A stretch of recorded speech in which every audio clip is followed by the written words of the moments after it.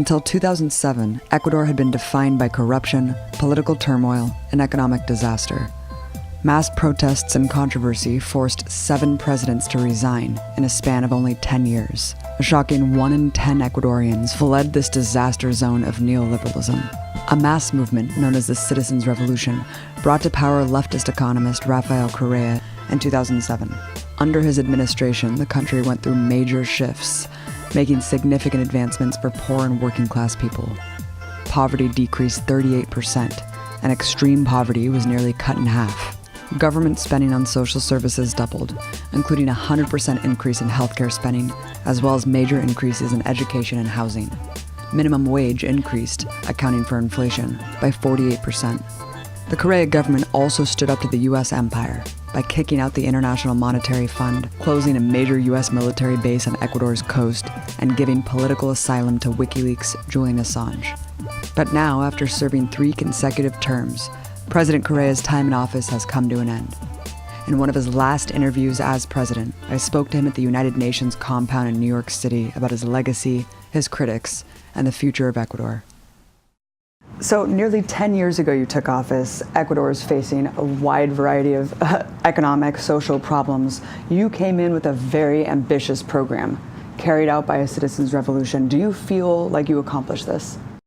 Bueno, voy a responder en español porque así me pidieron. Un saludo a toda la patria grande y también la audiencia que habla inglés. O sea, hemos cumplido lo que ofrecimos al pueblo ecuatoriano. Y como dijo una sencilla compañera campesina de Ecuador en la inauguración de una obra, sabemos que falta mucho por hacer, pero también sabemos que nunca se ha hecho tanto como ahora. Los últimos meses nos ha pasado de todo, hasta un terremoto de casi 8 en escala Richter. Pese a eso, el cambio en Ecuador es histórico. And there are undeniable achievements, of course, from far-reaching social programs to a significant reduction in poverty.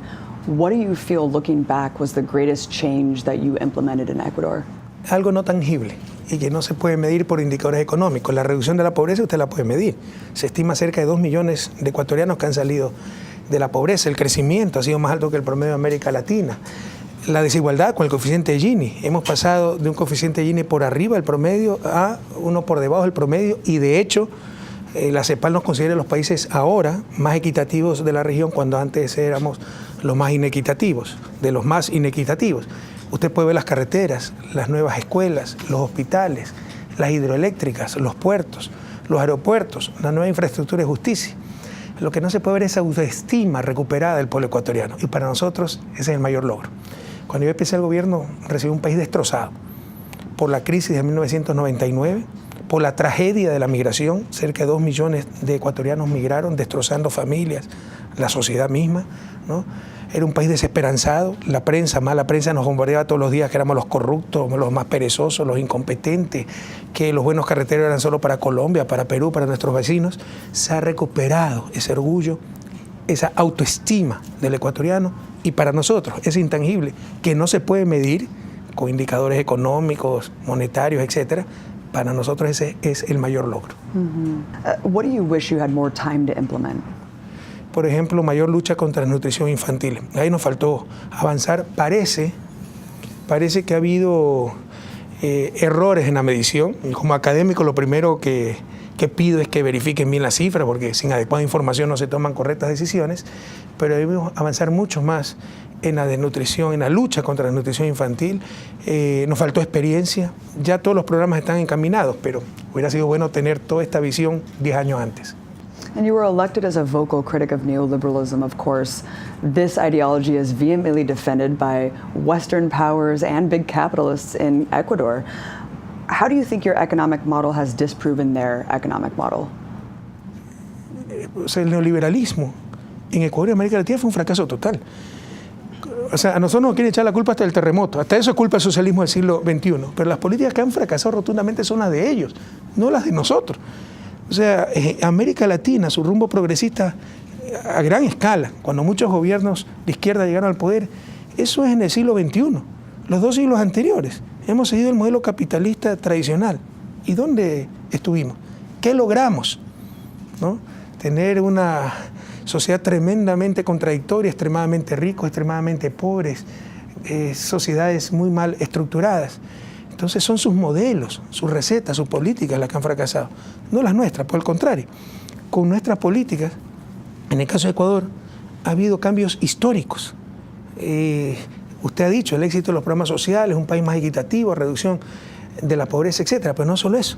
Cuando mejor hemos gobernado y cuando mejor han funcionado esas políticas es en los últimos meses, cuando hemos tenido la peor caída de exportaciones en los últimos 30 años, cuando por primera vez en la historia no recibimos un centavo de ingreso petrolero, tenemos que dar miles de millones a nuestras empresas públicas petroleras para que no quiebren, cuando hemos sufrido un terremoto de casi 8 en escala Richter, que destruyó más de 3 puntos del PIB y nos hace decrecer 0.7% solo como consecuencia del terremoto.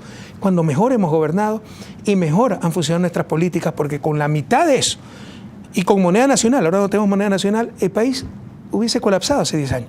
Por el contrario, ya hay una clara recuperación de la economía y el país muestra capacidades que antes no existían.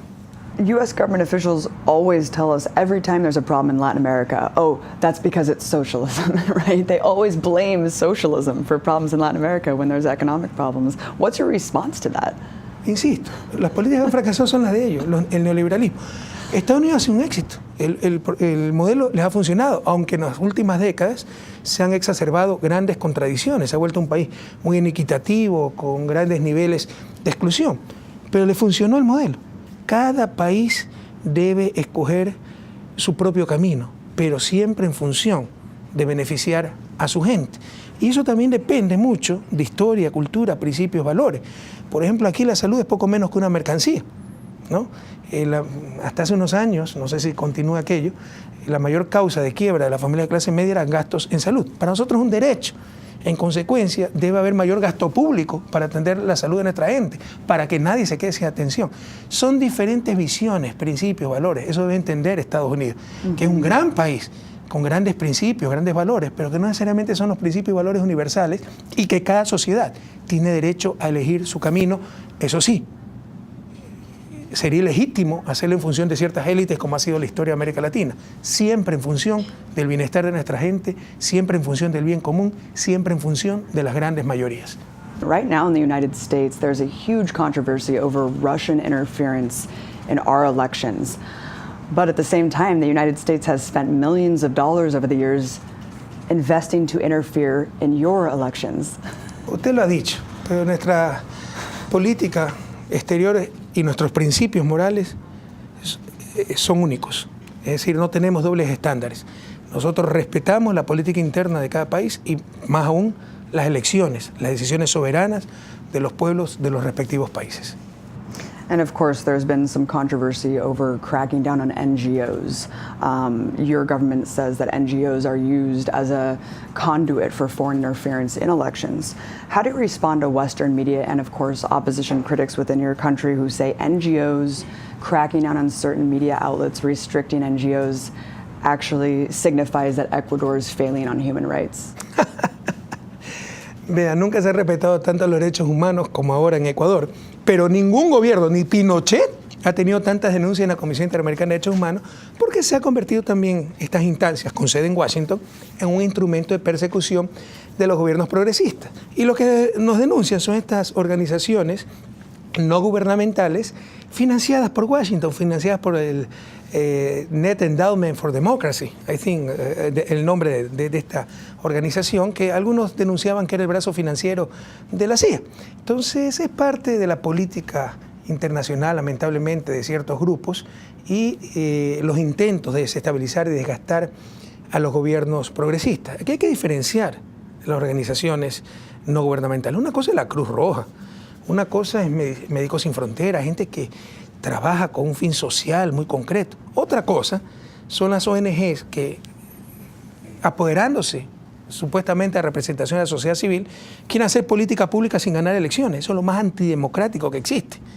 Ahora queremos tener en el mundo moderno tabaco sin nicotina, café sin cafeína, cerveza sin alcohol y política sin políticos. Y que la política la manejen tecnócratas y estas ONG. Eso es nefasto para una democracia. Además, que muchas de estas ONGs, insisto, es la nueva estrategia de la derecha internacional financiarlas para que tengan una campaña constante de desgaste de los gobiernos progresistas.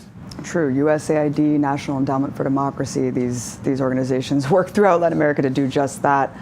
And the new constitution that you introduced had a bold measure that granted, for the first time in history, rights to nature. That is incredible. I mean, what made you so passionate about setting that standard for the rest of the world? Porque entendemos muy bien que esta es la única casa común que tenemos y estamos promoviendo esto a nivel internacional. Yo lo llevé a la COP21 en París, llevé la propuesta de un tribunal de justicia ambiental, porque aunque no lo crea, gran parte de la solución para el calentamiento global, para conservar nuestro planeta, es justicia, esa palabra mágica, justicia. En este caso, justicia ambiental. Si los países contaminadores, que son los países ricos sobre todo, tuvieran que pagar por el consumo de esos bienes ambientales, verá que se reduciría muchísimo el calentamiento global, el ataque contra el planeta, etc. Pero debe haber un instrumento vinculante, debería haber un tribunal que juzgue esa cosa, la deuda ecológica, los delitos de contaminación. Si hay tribunales internacionales para hacer pagar deudas financieras, para proteger inversiones, ¿por qué no hay tribunales internacionales para proteger la naturaleza, para hacer pagar la deuda ecológica, para compensar el consumo de bienes ambientales? Eso no tiene ninguna explicación que no sea poder. ¿Quién tiene el poder? Y el poder lo tienen los países contaminadores. A hallmark of your administration was, of course, reclaiming independence over Ecuador's natural resources and using them to fund major social programs. But of course, continuing to extract resources such as oil leads to a host of economic, environmental, and of course political problems, as we've seen. What is your long-term view of this development strategy? Que vamos a utilizar, como cualquier otro país del mundo, todos nuestros recursos naturales para superar lo más rápidamente la pobreza. En lo particular, a mí no me gusta la actividad petrolera, la actividad minera, pero menos me gusta la miseria, y se requiere esos recursos para superar lo más rápidamente posible esas condiciones de miseria en las que todavía viven muchos ecuatorianos. Y fíjese, ¿cómo se resuelven estos conflictos en una sociedad democrática? A través de elecciones. En el 2013, yo le dije claramente al pueblo ecuatoriano, utilizaré hasta la última gota de petróleo, hasta el último gramo de oro, de forma absolutamente responsable para sacar al país lo más rápidamente posible de su desarrollo. Gané con el 57% de los votos. La postura radicalmente opuesta, no a la minería, no al petróleo, sacó el 3%. Sin embargo, esos grupos que pierden las elecciones, a la brava y con apoyo internacional, con una doble moral increíble, porque ¿cuánta selva virgen tiene Estados Unidos? ¿Acaso Estados Unidos deja de explotar su petróleo? No, con una doble moral increíble, tratan de oponerse a esta clase de actividades económicas, pese a que el pueblo ecuatoriano en las urnas nos dio el apoyo a nosotros y rechazó rotundamente estas posturas extremistas. Last time we spoke, it was before the U.S. election.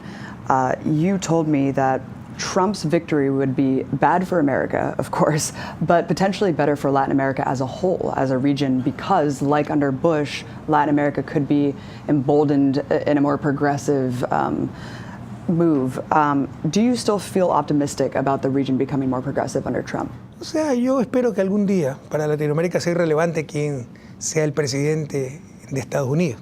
Debemos marchar por nuestros propios pies, con nuestros propios pies, como decía el prócer uruguayo José Gervasio Artigas. Pero en todo caso me ratifico en mis conceptos, ¿no? Muchos de los gobiernos progresistas de inicio de siglo llegaron bajo la presidencia de Bush, que era extremadamente primaria, elemental. Daba vergüenza decir sigamos el modelo norteamericano. Obama, que prácticamente no hizo nada con respecto a América Latina. Bueno, no quiero ser egoísta, ¿no? Lo de Cuba es muy importante, pero lo de Venezuela es una contradicción, por ejemplo. Pero él es una buena persona, una persona agradable, carismática, ¿no? Atraía mucho a nuestras élites y a gran parte de nuestro pueblo, entonces querían el modelo americano. Nuevamente, pues el péndulo pues, se encamina en dirección opuesta y ¿quién se le va a ocurrir decir algo así con un presidente como Mr. Trump? Entonces creo que esto sí va a servir, además, como consecuencia de las agresiones que estamos recibiendo, fíjese lo del muro en México, lo de las inversiones, etcétera, para unir a los pueblos latinoamericanos y fomentar la integración, como ya sucedió a principios de este siglo. And there are 700,000 Ecuadorian citizens living in the United States, of course, many of whom are undocumented workers. Trump has bellicose rhetoric. He's been very, very vocal and vowing to deport millions of Latino immigrants. Do you have a message for those communities that might be affected. Siempre vamos a luchar para proteger sus derechos. Nosotros creemos en el derecho a la movilidad humana. Fíjese, ¿cómo le vamos a explicar a las futuras generaciones? Más aún, naciones cristianas como Estados Unidos, la mayor parte de Europa, que en esta globalización se impulse cada vez más la movilidad de capitales, la movilidad de mercancía, pero se criminalice la principal de las movilidades, que es la movilidad humana. Eso es impresentable. Y eso no se va a solucionar con muros, se va a solucionar con justicia, con distribución de la riqueza, distribución del ingreso a nivel global, permitiendo la prosperidad de todas las regiones del planeta. And you just proposed a policy in Ecuador that actually is kind of encompassing the opposite of what Trump says about immigrants. You say that no human being is illegal. Talk about that measure. No existe un concepto tal como ser humano ilegal. ¿Qué es eso? Puede tener una condición migratoria no acorde a la normativa, pero la migración, le insisto, hagan los muros que quieran. Y creo que en el siglo XXI es una pena que todavía alguien proponga muros. Debemos proponer puentes, ventanas, puertas abiertas. Y tal vez no se van a utilizar esos puentes, esas ventanas, esas puertas abiertas, cuando todo el mundo tenga igualdad de oportunidades. Entonces, por el bien de los propios países ricos, eso siempre decimos a nuestras élites, por el bien de todos, primero los pobres, por el bien de los propios países ricos, a distribuir un poco la riqueza, a dar oportunidad a las naciones más pobres. Absolutely. Mr. President, you've put Ecuador on a very different path than it ever has been in history, away from colonial bondage, toward equality, toward independence. What must citizens in Ecuador do for the years and decades to come to continue the nation on that path? Luchando por esa justicia social. Hemos dado grandes pasos, usted lo ha dicho. Y ahí están los indicadores. Éramos de los 3 países más inequitativos. América Latina es la región más inequitativa del mundo. Pero dentro de esa América Latina, una de las regiones más inequitativas es la región andina. Ahí estaba Ecuador. Éramos los 3 países más desiguales del continente, de acuerdo a la CEPAL. Ahora, de acuerdo a esa misma CEPAL, somos los 3 países, yo no diría más equitativos, porque nos falta mucho para lograr la equidad, pero al menos menos equitativos, sin embargo, aún de la región más inequitativa del planeta. Ese es un imperativo moral. La pobreza, no solo en América Latina, no solo en Ecuador, en el mundo, en el siglo XXI, no es producto de la falta de recursos, no es producto de desastres naturales, como eran las grandes hambrunas, etc. Es producto de sistemas perversos, excluyentes, y es un imperativo moral luchar contra la exclusión. Entonces, en ese camino debe seguir Ecuador. Hemos avanzado mucho en cuanto a justicia social, en cuanto a equidad, pero falta mucho por recorrer. Y si usted quiere técnicamente, debemos ir a una nueva etapa. Se ha logrado grandes avances en la distribución del ingreso, con mejores salarios, con un sistema tributario sobre el ingreso más progresivo. Pero ahora nos falta distribuir de mejor manera la riqueza, la acumulación, los medios de producción, con leyes, por ejemplo, como la ley de herencia.